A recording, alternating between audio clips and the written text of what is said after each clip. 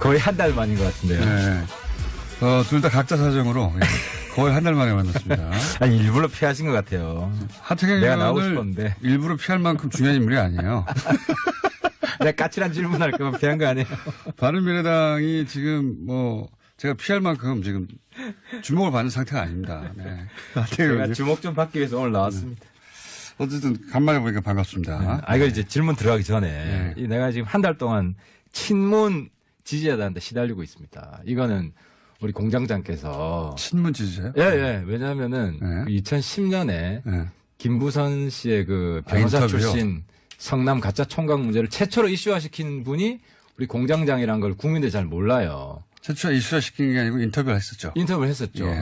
그리고 그때는 상대가 특정되지는 않았습니다. 그래서 그때 저도 내용을 읽어보니까 김부선 씨가 실명을 이야기했더라고요. 그래서 그 실명을 우리 공장장이 당시에 들었고 그 실명이 이재명인 거 아니냐 여기에 대해서 오늘 한 말씀 해주셔야 돼요. 제가 안 그러면 못 갑니다. 나오시면 그 얘기 할 줄 알았어요. 네. 당시 준비하고 계셨구나. 인터뷰에 들었던 이야기는 인터뷰에 다 들어가 있고요. 예, 우선. 그럼 실명을 못 들었어요, 그때? 그 전후 사정은 인터뷰에 써 있는 그대로입니다. 뺀 게 없다. 네, 실명을 못 들었다는 거네요. 그대로고 물론 저는 한참 지나서 또 그 내용을 보면 김부선이가 실명을 이야기했다고 본인이 적어놨어요. 그러니까 그 인터뷰에 다 들어 있어요. 실명이 들어있다고요? 제가 들어서 할 수 있는 말을 거기 다 들어있다는 얘기죠. 그럼 실명은 이야기할 수 없기 때문에 못했다? 당시 쓸 수 있는 만큼 쓴 거고요. 예, 그게 이제 김우선 씨 요구이기도 했고. 그리고 한참 지나서 이재명 지사 쪽 주장도 알게 됐죠. 예. 그러면, 양쪽의 주장을 다 듣고 난 이후에 제 판단은 뭐냐. 왜냐하면 사실 제가 제3자로서 현장을 목격하거나 그런 건 아니니까 제 판단이 있을 수 있지 않습니까? 그건 제가 적절하다고 생각하는 시점과 자리에서 알아서 제가. 공개하겠다. 그런데 방금 실명을 공개하셨네요. 이재명 지사한테 확인했다는 거는 그때 김부선 씨가 이재명 씨가 언급을 했기 때문에 아니에요. 이재명 지사 입장 물어봤을 거 아니에요. 아니에요. 이거는 이재명 시장이 계속 거론됐죠. 몇 년 후에는. 네. 그러니까 김부선 씨한테 이재명 씨 이름 듣고 확인한 게 아니라 거론됐기 때문에 확인했다. 이 그때 당시에 제가 계속 말씀드리지만 제가 왜 이걸 이렇게까지밖에 말 안 하냐면 이 법적 공방이 있지 않습니까? 그리고 그렇죠. 제가 아마도 그런 자리에 가서 발언해야 할 상황이 생길 수 있죠. 법원 출두도 준비하시고 계시네요. 아니, 필요하다면 그럴 수 있는 일이죠. 예. 그러니까 적절할 때 적절한 시점과 자리에서 제가 알아서 할 테니까 제 결정을 대신 안 해주셔도 됩니다. 그러니까 근데 충분히 지금 고려하고 계시네요. 이 정도면 그런 상황이 온다면 제가 아는 한도 내에서 그때 상황은 어땠고 그 이후의 상황은 어땠고 제 판단은 뭔지 말을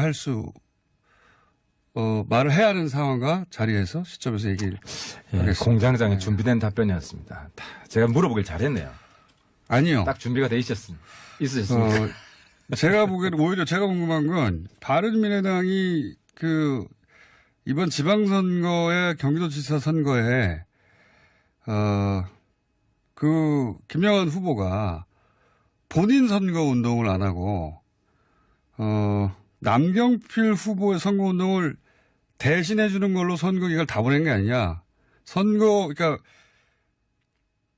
선거 운동을 왜 그렇게 했냐라고 대묻고 싶습니다. 저는 거꾸로. 김영환 후보의 선거 전략은 뭐였냐면요.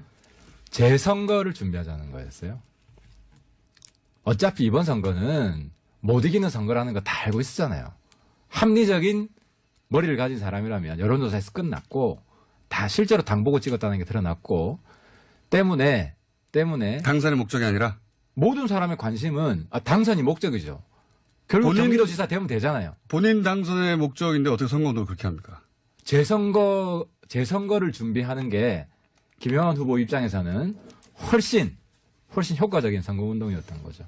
그리고 실제로 고소고발이 지금 진행되고 있고 우리 공장장께서도 증인 출두 마음의 준비를 하시고 있고. 그게 예를 들어서 법원에서 필요로 한다든가 사법기관에서 필요로 한다면 그거는 계속 함께 거론되는 저나 조준희 기자도 그런 자리에서 필요한 시점 자리에서 필요한 말을 할 준비는 되어 있어요. 예. 근데 그거를 내가 궁금하니 지금 얘기해달라고 요구는 혹은 제 결정을 대신해 줄 필요는 없는 거. 그렇죠. 예. 저도 어쨌든 이 정도 답변을 들었다는 것 자체가 우리 친문 지지자들의 아주 큰 성과라고 생각할 것 그게 왜 같습니다. 친문 지자의 성과입니까? 이번에 모르시는구나. 이번에 우리가 국공합장했어요. 국공합작. 예. 친문과 바른미래의 반명합작을 이번에 했습니다. 바른미래당의 선거운동은 스스로 당선되고 싶어하는 선거운동은 아니었어요. 예. 이번에는 굉장히 이상한 선거운동이었습니다. 김영환 후보의 선거운동. 예. 그래서 저는 그 시간이 평가해 줄 거라고 봅니다. 결국 받은 득표율이 4.8% 아닙니까? 그러니까 이재명 지사가 지사직을 4년간 유지한다면 우리가 선거 전략을 잘못 짰고 중간에 끝난다면 우리가 잘 그러면 김영환 후보가 된다고 생각하시는 겁니까? 우리 기회가 한번 생기죠. 희망이 있죠.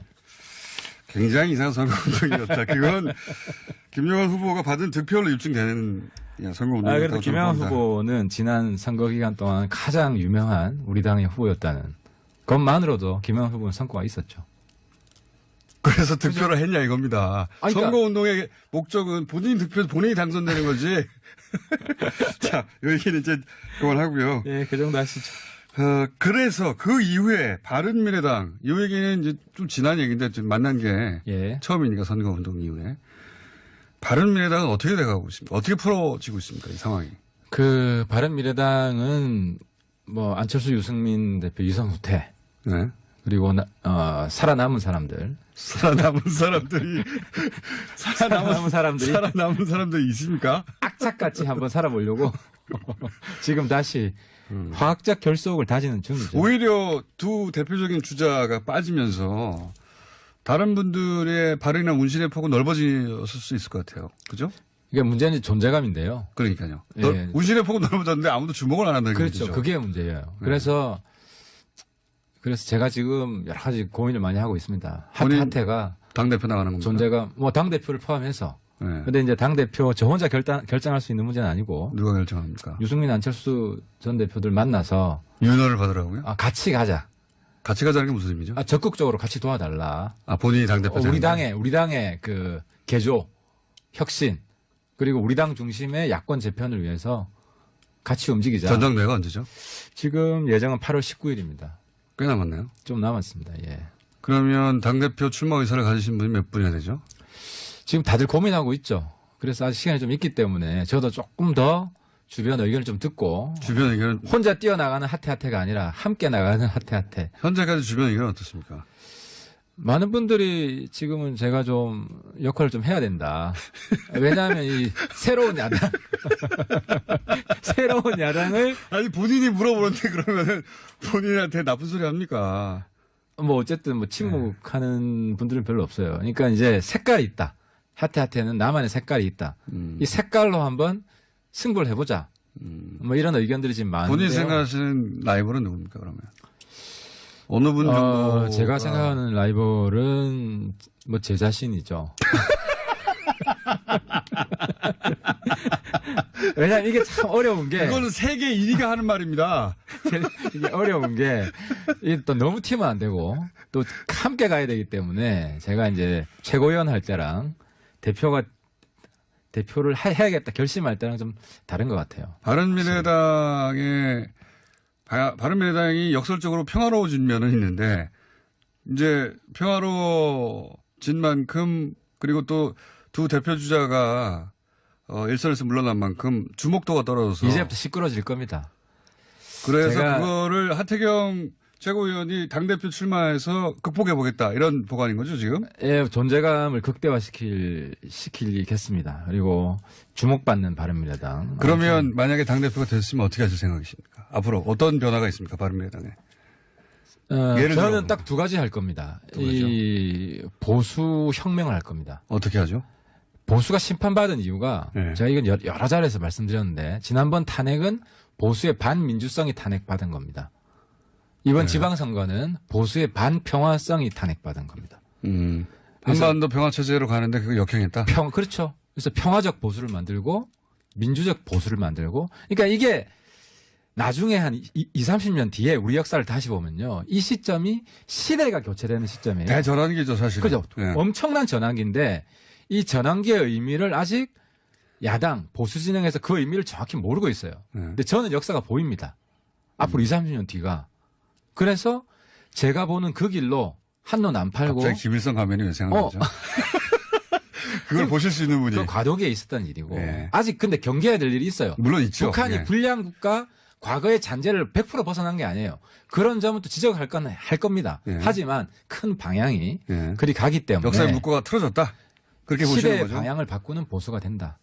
그런 보수를 만들어야 국민들한테 사랑을 받고 다음 총선 때 어느 정도 당내 성적이 유승민 나온다. 대표, 전 대표부터 인식의 전환이 일어나야 되는 거 아닙니까? 그러니까 이런 문제를 포함해서 예. 제가 이제 안철수 전 대표, 유승민 전 대표 여러분들하고 한번 공감대가 형성이 돼야 될 거 아닙니까? 그래야 나는 그런 방향으로 보수 개혁을 하려고 하니 나를 좀 지지해달라. 그렇습니다. 그렇게 설득해서 그분들이 함께 힘을 보태준다면 내가 당대표 나가가지고 한번 당을 바꿔보겠다. 그렇습니다. 그게 중요합니다.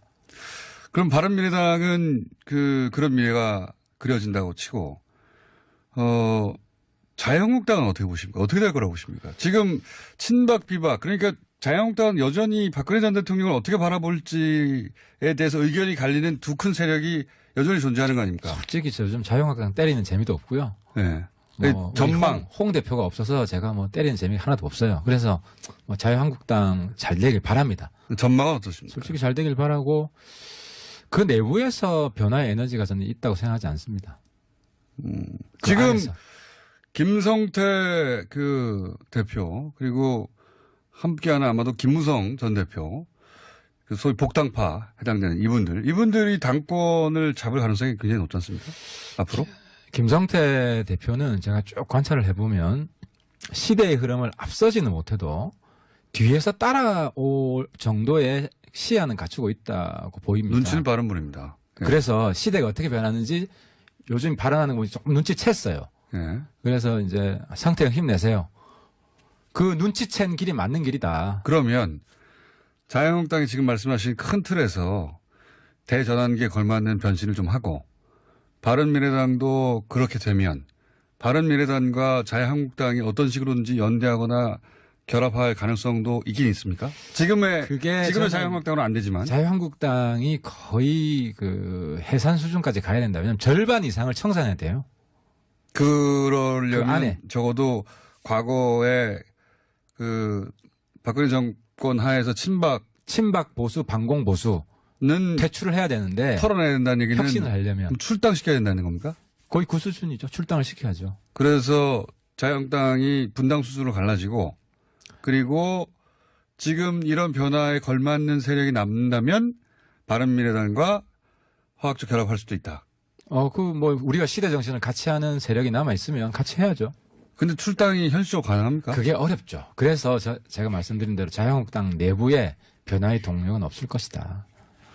그러면 이 체제, 자유한국당과 바른미래당으로 나눠져 있는 이 체제는 앞으로도 계속 총선까지 진행되는 겁니까?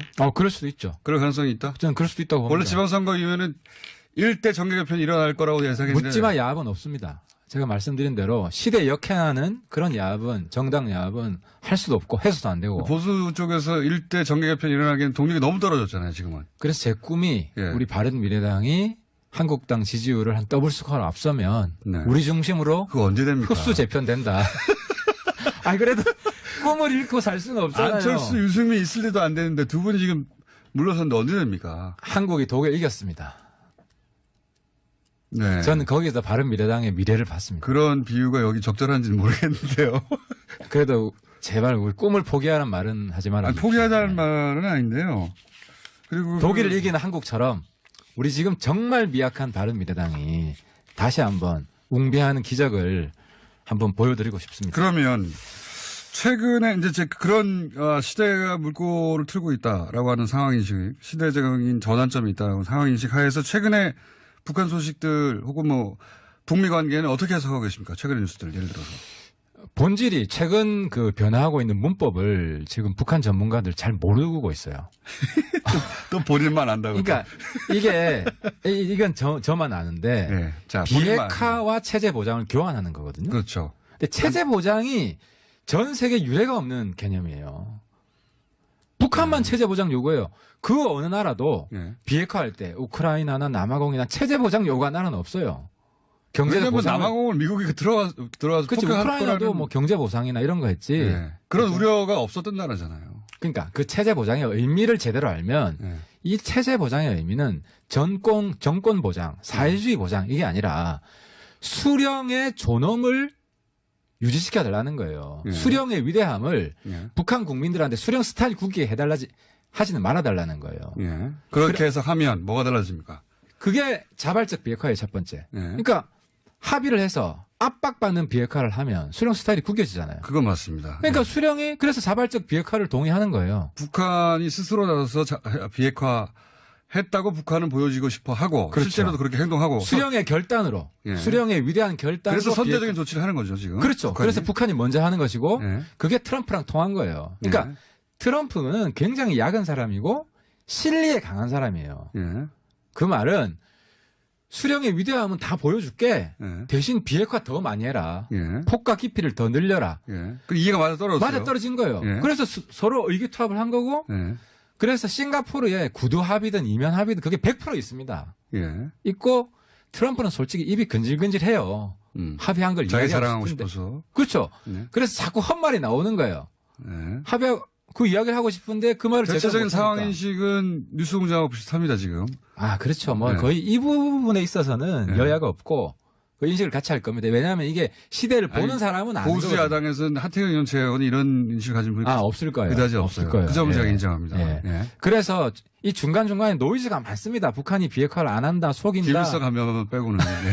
김일성 가면 맞다니까. 나중에. 그 나중에 그거 나중에 얘기했죠. 보고. 만약에 나중에 확인. 김정은 위원장이 거기에 대해서 최종 해석을 하면 그걸 무조건 받아들이는 걸로. 그건 그래서 동의했습니다. 상대가 원하는 만큼 원하는 색깔로 오랫동안 염색하는 것으로. 일사 한 입으로 두 말 안 합니다. 예. 그거는 내가 무조건 지킵니다. 그러면 제가 지면 예를 들어서 김정은 위원장이 김일성 가면 맞다고 그럴 일은 전 없다고 생각하지만 그렇게 하면 저한테 무슨 색깔을 요구하실 김정은 겁니까? 의원이 당연히 이렇게 답변하죠. 참 우리 할아버지 뭐 닮은 가면이 나와서 미안한데 우리 뭐 단합된 힘으로 잘 이겨내서 평창 올림픽 성공시켰다. 아니죠. 그렇게 되는 다이렉트하게 거죠. 물어볼 기회가 있을지 모르겠는데 제가 물어보겠죠. 김일성 가면이 맞습니까? 아닙니까? 아니다. 그러면 끝나는 겁니다. 그죠? 맞다. 그러면 제가 끝나는 거고. 그 먼저 물어보는 사람이 그 질문 우선권이 있는 거죠. 그렇죠. 그래서 제가 먼저 물어볼 수도 있어요. 제가 졌어요. 예를 들어서. 그럼 저한테 무슨 색깔을 요구하실 생각입니까? 색깔 예. 민트색.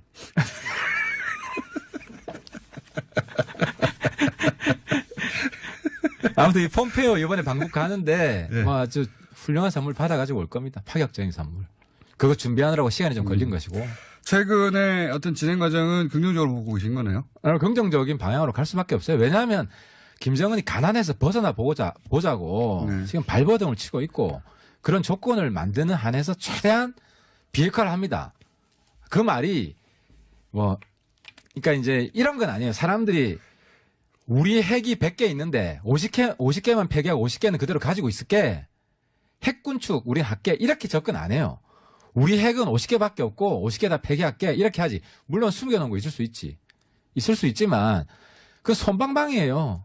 자랑하지 못하는 핵은 없는 거랑 똑같아요. 맞습니다. 핵은 써서 핵이 아닌 거거든요. 그렇죠. 협박할 수 있다면 핵이지. 있다고 협박해야 그게 핵인 거기 때문에. 그리고 그렇게 핵을 숨겨놔도 나중에 공익 제보자가 나와서 여기 숨겨놨으면 다 들통나요. 거기까지 너무 나가신 것 같고. 근데 제가 여기서 갑자기 궁금해지는 건 보수 정당 내에서 하태경 의원처럼 거기도 100명 이상의 의원들이 있는데 하태경 의원님처럼 생각하는 분이 왜 없죠?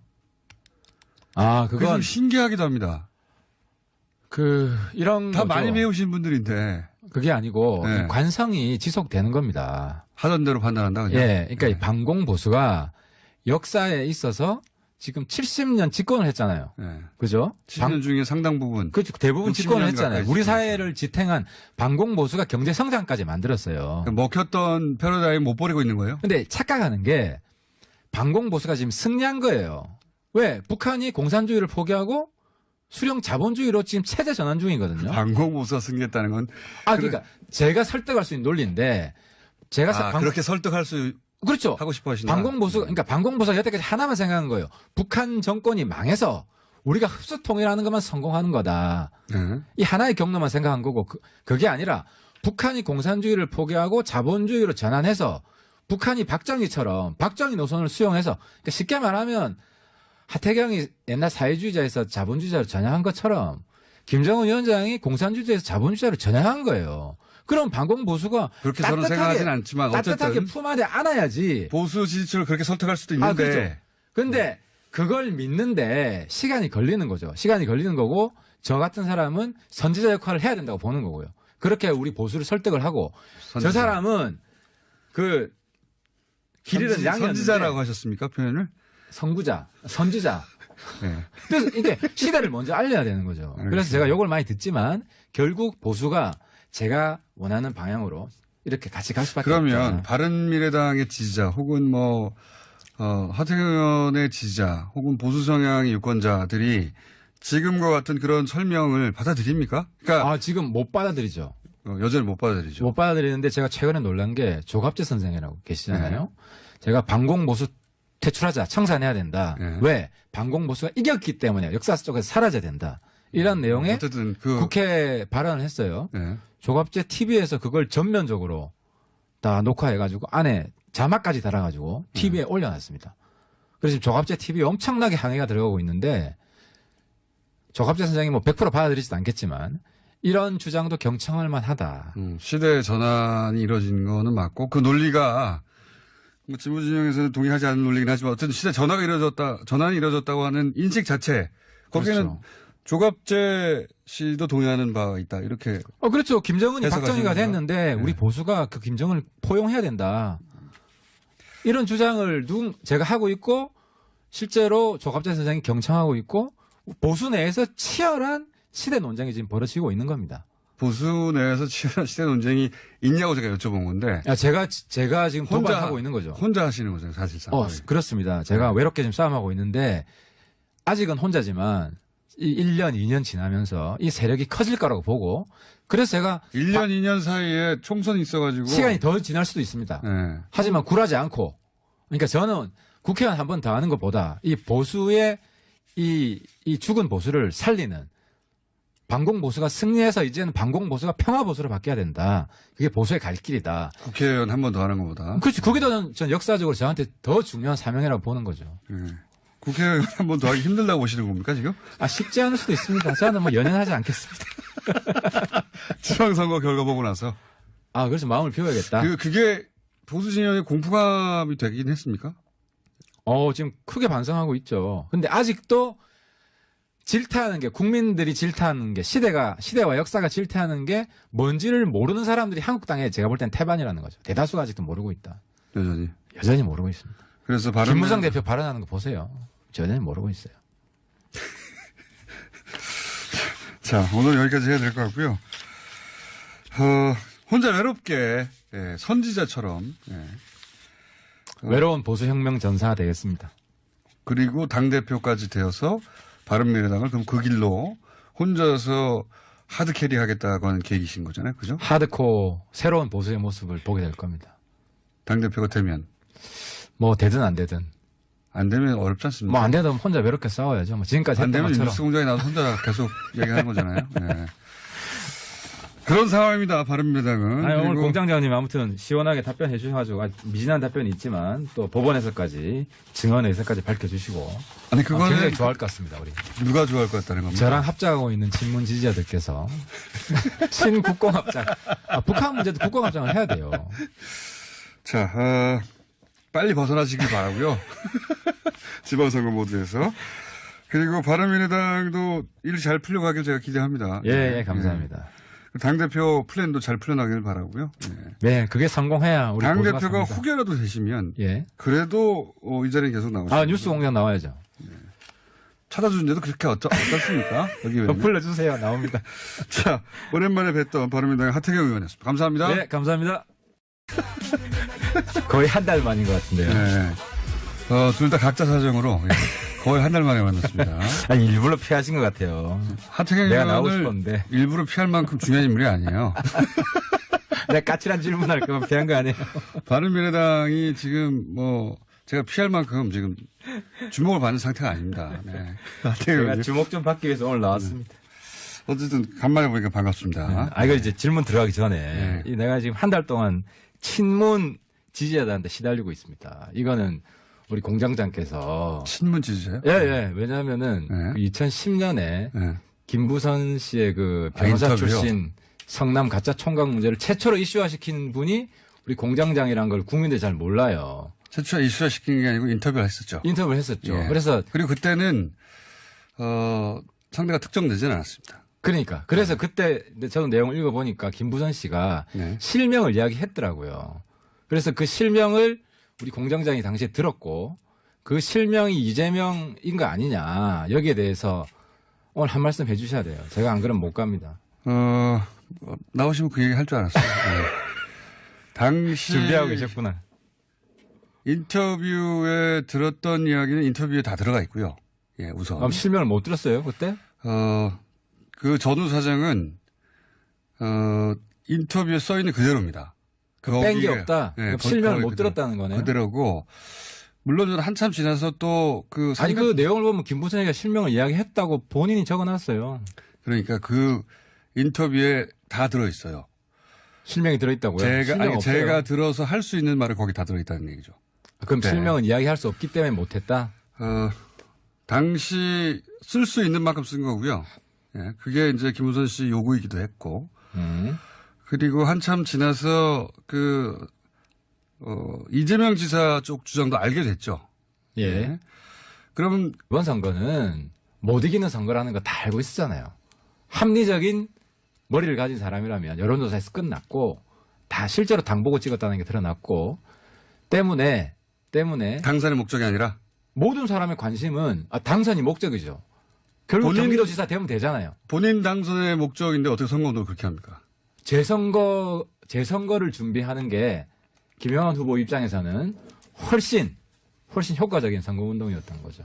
그리고 실제로 고소고발이 지금 진행되고 있고 우리 공장장께서도 증인 출두 마음의 준비를 하시고 있고. 그게 뭐 예를 들어서 법원에서 필요로 한다든가 사법기관에서 필요로 한다면 그거는 뭐 계속 함께 거론되는 저나 조진희 기자도 그런 자리에서 필요한 시점 자리에서 필요한 말을 할 준비는 되어 있어요. 예. 근데 그거를 내가 궁금하니 지금 얘기해 달라고 요구는 혹은 제 결정을 대신해 줄 필요는 없는 겁니다. 그렇죠. 예. 저도 어쨌든 이 정도 답변을 들었다는 것 자체가 우리 친문 지지자들의 아주 큰 성과라고 생각할 것 그게 같습니다. 왜 친문지자의 성과입니까?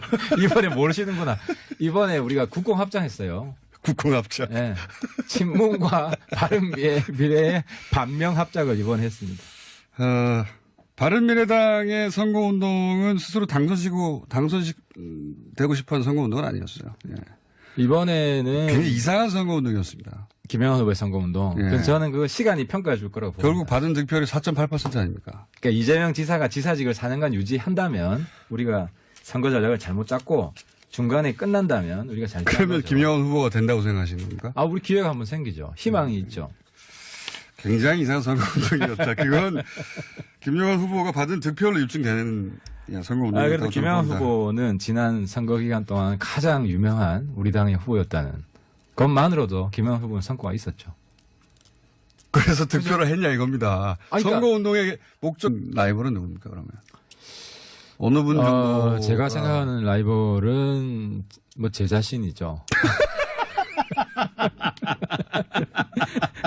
왜냐면 이게 참 어려운 게. 그거는 세계 1위가 하는 말입니다.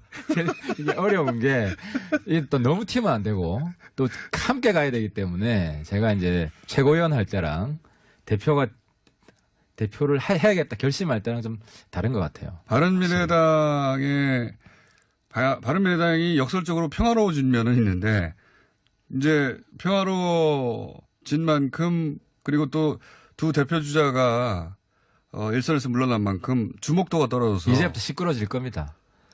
그래서 그거를 하태경 최고위원이 당대표 출마해서 극복해보겠다. 이런 보관인 거죠, 지금? 예, 존재감을 극대화시키겠습니다. 그리고 주목받는 바른미래당. 그러면 만약에 당대표가 됐으면 어떻게 하실 생각이십니까? 앞으로 어떤 변화가 있습니까? 바른미래당에. 저는 딱 두 가지 할 겁니다. 이 보수 혁명을 할 겁니다. 어떻게 하죠? 보수가 심판받은 이유가 네. 제가 이건 여러 자리에서 말씀드렸는데 지난번 탄핵은 보수의 반민주성이 탄핵받은 겁니다. 이번 네. 지방선거는 보수의 반평화성이 탄핵받은 겁니다. 한반도 평화체제로 가는데 그거 역행했다? 그렇죠. 그래서 평화적 보수를 만들고 민주적 보수를 만들고 그러니까 이게 나중에 한 30년 뒤에 우리 역사를 다시 보면요. 이 시점이 시대가 교체되는 시점이에요. 대전환기죠, 사실은. 그죠. 네. 엄청난 전환기인데 이 전환기의 의미를 아직 야당, 보수 진영에서 그 의미를 정확히 모르고 있어요. 네. 근데 저는 역사가 보입니다. 앞으로 30년 뒤가. 그래서 제가 보는 그 길로 한눈 안 팔고. 갑자기 김일성 가면이 왜 생각나죠? 그걸 보실 수 있는 분이. 그 과도기에 있었던 일이고. 네. 아직 근데 경계해야 될 일이 있어요. 물론 있죠. 북한이 네. 불량 국가 과거의 잔재를 100% 벗어난 게 아니에요. 그런 점은 또 지적할 건 할 겁니다. 네. 하지만 큰 방향이. 그건 본인 득표에서 본인이 당선되는 거지. 자, 이 얘기는 이제 그만하고요. 예, 그 정도 하시죠. 그래서 그 이후에 바른미래당, 이 얘기는 이제 좀 지난 얘기인데 좀 만난 게 예. 처음이니까 선거운동 이후에. 바른미래당은 어떻게 돼가고 있습니까? 어떻게 풀어지고 있습니까? 이 상황이. 그 바른미래당은 뭐 안철수, 유승민 대표, 이성후퇴 네. 그리고 살아남은 사람들, 살아남은 사람들이 살아남은 사람들이 있습니까? 악착같이 한번 살아보려고 지금 다시 화학적 결속을 다지는 중이죠. 오히려 두 대표적인 주자가 빠지면서 다른 분들의 발언이나 문신의 폭은 넓어졌을 수 있을 것 같아요. 그죠? 이게 문제는 존재감인데요. 그러니까요. 예. 문신의 폭은 넓어졌는데 아무도 주목을 안 한다는 그렇죠. 얘기죠. 그게 문제예요. 그래서 제가 지금 여러 가지 고민을 많이 하고 있습니다. 하태가 당대표 나가는 겁니다. 존재감, 뭐 당대표를 포함해서. 네. 근데 이제 당대표 저 혼자 결정할 수 있는 문제는 아니고 누가 결정합니까? 유승민, 안철수 전 대표들 만나서 윤허를 받으라고요? 같이 가자. 같이 가자는 게 무슨 의미죠? 적극적으로 같이 도와달라. 본인이 당대표. 우리 당의 그 개조, 혁신, 그리고 우리 당 중심의 야권 재편을 위해서 같이 움직이자. 전당대회가 언제죠? 지금 예정은 8월 19일입니다. 꽤 남았네요. 좀 남았습니다. 예. 그러면 당대표 출마 의사를 가지신 분이 몇 분이나 되죠? 지금 다들 고민하고 있죠. 그래서 아직 시간이 좀 있기 때문에 저도 조금 더 주변 의견을 좀 듣고 주변 의견은 혼자 뛰어나가는 하태가 아니라 함께 나가는 하태. 현재까지 주변 의견은 어떻습니까? 많은 분들이 지금은 제가 좀 역할을 좀 해야 된다. 왜냐하면 이 새로운 야당을 아니 본인이 물어보는데 그러면은 본인한테 나쁜 소리 합니까? 뭐 어쨌든 뭐 침묵하는 분들은 별로 없어요. 그러니까 이제 색깔이 있다. 하태는 나만의 색깔이 있다. 이 색깔로 한번 승부를 해보자. 뭐 이런 의견들이 지금 많은데. 본인이 생각하시는 양쪽의 주장을 다 듣고 난 이후에 제 판단은 뭐예요? 왜냐하면 사실 제가 제3자로서 뭐 현장을 목격하거나 그런 건 아니니까 제 판단이 있을 수 있지 않습니까? 그건 제가 적절하다고 생각하는 시점과 자리에서 알아서 제가 공개하겠다. 알아서 근데 방금 할게고 실명을 공개하셨네요. 이재명 지사한테 확인했다는 거는 그때 김부선 씨가 아니요, 이재명 제가 언급을 확인한 했기 게 때문에 아니에요. 이재명 지사 입장 물어봤을 거 아니에요. 아니에요. 이거는 이재명 시장이 계속 거론됐죠. 몇 년 후에는. 그러니까 김부선 씨한테 이재명 씨 이름 듣고 확인한 게 아니라 거론됐기 때문에 확인했다. 이 그때 말씀인가요? 당시에 제가 계속 말씀드리지만 제가 왜 이걸 이렇게까지밖에 말 안 하냐면 이 법적 공방이 있지 않습니까? 그리고 그렇죠. 제가 아마도 그런 자리에 가서 발언해야 할 상황이 생길 수 있죠. 법원 출두도 준비하시고 계시네요. 아니, 필요하다면 그럴 수 있는 일이죠. 예. 그러니까 적절할 때 적절한 시점과 자리에서 제가 알아서 할 테니까 제 결정을 대신 안 해주셔도 됩니다. 그러니까 근데 충분히 지금 고려하고 계시네요. 뭐 이 정도면 그런 상황이 온다면 제가 아는 한도 내에서 뭐 그때 상황은 어땠고 그 이후의 상황은 어땠고 그 제 판단은 뭔지 말을 해야 하는 상황과 자리에서 시점에서 얘기를 하겠습니다. 공장장에 준비된 답변이었습니다. 제가 물어보길 잘했네요. 아니요. 딱 준비가 돼 있으셨습니까? 제가 보기에는 오히려 제가 궁금한 건 바른미래당이 이번 지방선거에 경기도지사 선거에 김영환 후보가 본인 선거 운동을 안 하고 남경필 후보의 선거 운동을 대신해 주는 걸로 선거 기간을 다 보낸 게 아니냐. 그러니까 선거운동을 왜 그렇게 했냐라고 되묻고 싶습니다. 저는 거꾸로. 김영환 후보의 선거 전략은 뭐였냐면요. 예. 재선거를 준비하자는 거였어요. 어차피